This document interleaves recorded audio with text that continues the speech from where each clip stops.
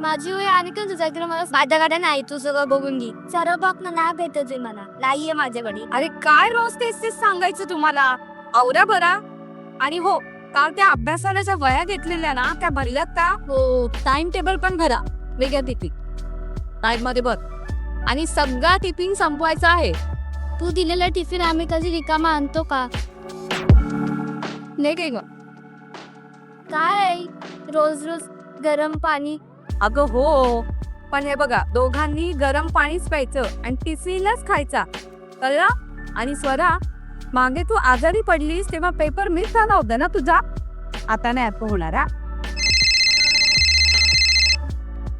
अगं हे बघ, बाबांचं कॉल आहे बघ. तर हॅलो हॅलो बाबा.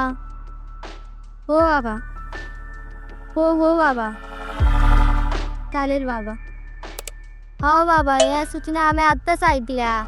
मी बरत तेच तेच बोलताय. बरं. बाय बाय बाबा, लवकर या. चला चला, उशीर होतोय, चला. हा लागे दोघांची खाली. आणि हो, आज जर शाळेमध्ये इम्पॉर्टन्स काही जर दिलं तर नीट लिहून आला, ठीक आहे? आपण सगळं काय अभ्यास करू. चालेल? हो चालेल, बाय. बाय.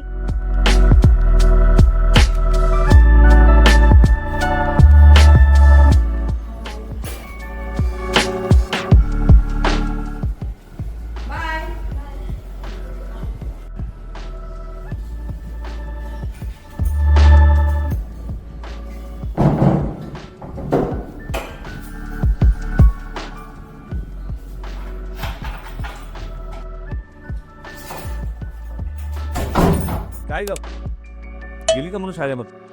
हो, आत्ताच. पाहिजे मला गोंधळ आला होता खूप. कसा असतो शुभागी? कधी कधी नशिबाबी परीक्षा पाहत असत. म्हणजे म्हणजे बघ ना, की आपल्याला मूलबाळ नाहीये आणि त्या मुलांना आई नाहीये, तर तू त्यांना एवढं जीव लावतेस, माया लावतेस. हो, या एका भिंतीचा अंतर मला कधी दिसतच नाही हो. मी त्यांना आणि ती मला कधीही भेटू शकतो, कधीही बोलू शकतो. ती माझीच लेकरं आहेत हो.